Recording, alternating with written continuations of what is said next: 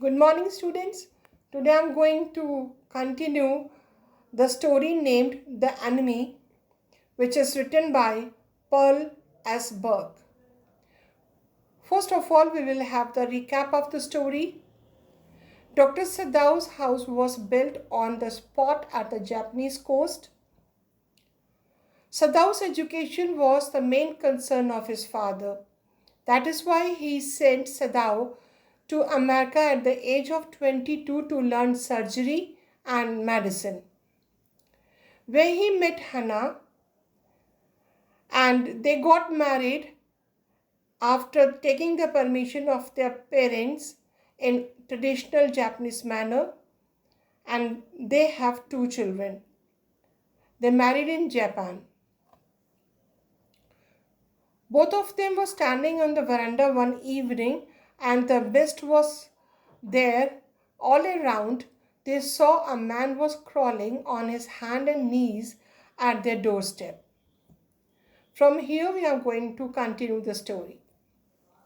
As the Japanese couple saw the man, they realized that he was badly injured.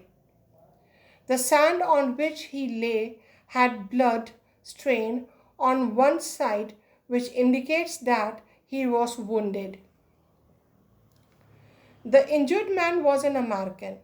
As his cap fell off, they saw his wet yellow colored hair, which had not been cut for a long time. He was young. His face had such a mark which indicates that he had been tortured.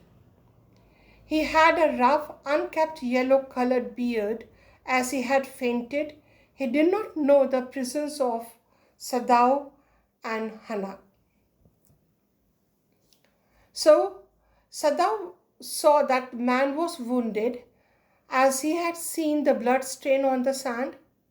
Being a doctor, he moved his trained finger around the man's back to search that wound. He felt blood oozing out of the wound in the lower part of his back. It was a gunshot. The man had been injured a few days ago. He had not got any medical treatment, and the wound has he himself used some black colored powdery substance on it. The sharp rock on the shore had pricked it, and so it was bleeding. Hannah said in a lower voice that he was bleeding. Now, at the time of the evening, the mist has intensified. The three of them could not be spotted by anyone. Moreover, the fishermen and the rag pickers did not visit that place at the time of the day. Sadao stuffed the sea moss in the wound and said that the best thing was to put the man back into the sea.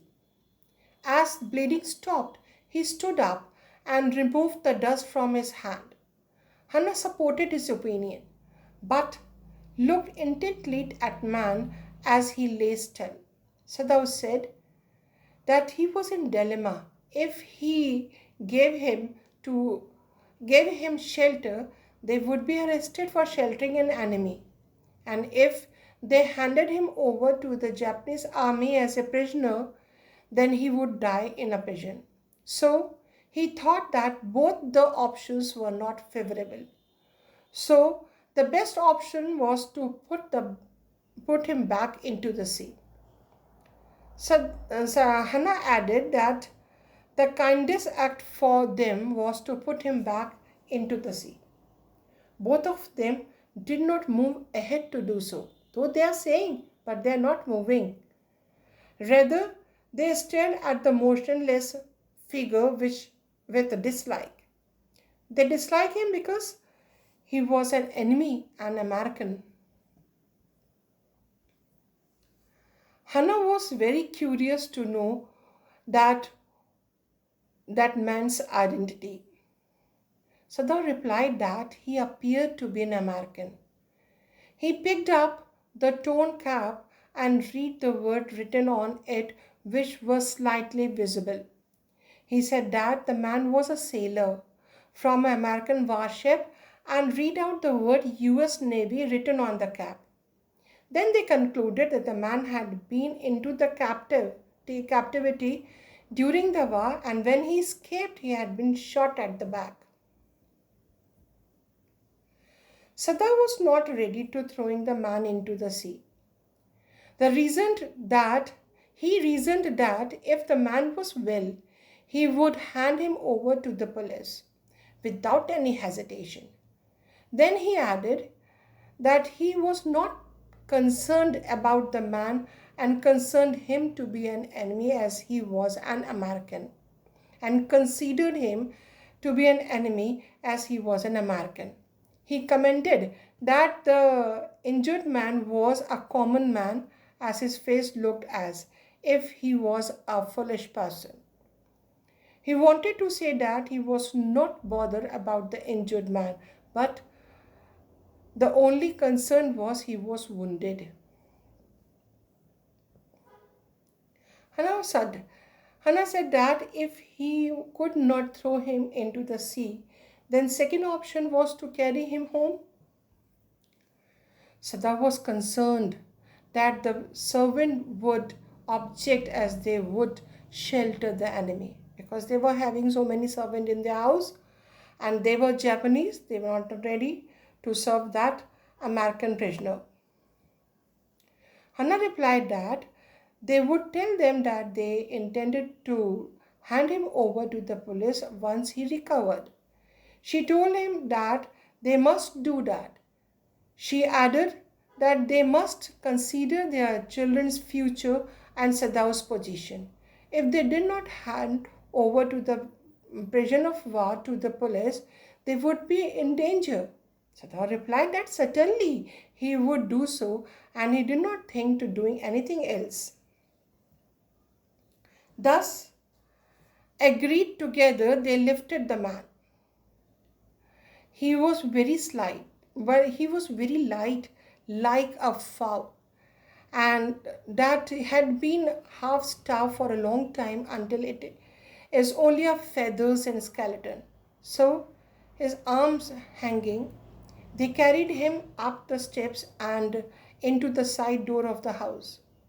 The door opened into the passage, and down the passage they carried the man towards an empty bedroom.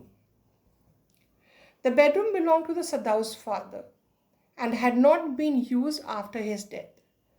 The injured man was laid on the thick mat on the floor. Here, writer just want to describe the room of Sadao's father, that everything in the room was Japanese, as Sadao's father disliked the foreign things. Hannah went to the cupboard and see the wall, and in the wall he took a soft quilt. She resisted to put it on the injured man. The quilt was made of silk, had a flowery print on it, and the lining was made of pure white silk. She said she was so sad and spoke slowly that the man was very dirty. Sadao said that the man had to be washed. Sadao asked Hannah to get hot water so that he could wash the man. Hannah did not want that Sadao should touch that man. She said that they would ask the servant to wash the injured man. She would call Yummy to leave attending the children for a few minutes and wash him. So children, that's all in this class. In next class, we will read about the condition of the war prisoner, what treatment has been given by the Hannah and Sadao to that war prisoner, and what happened to him. So read the story thoroughly. I think it is an interesting one, and if you read it, you can understand well. Thank you.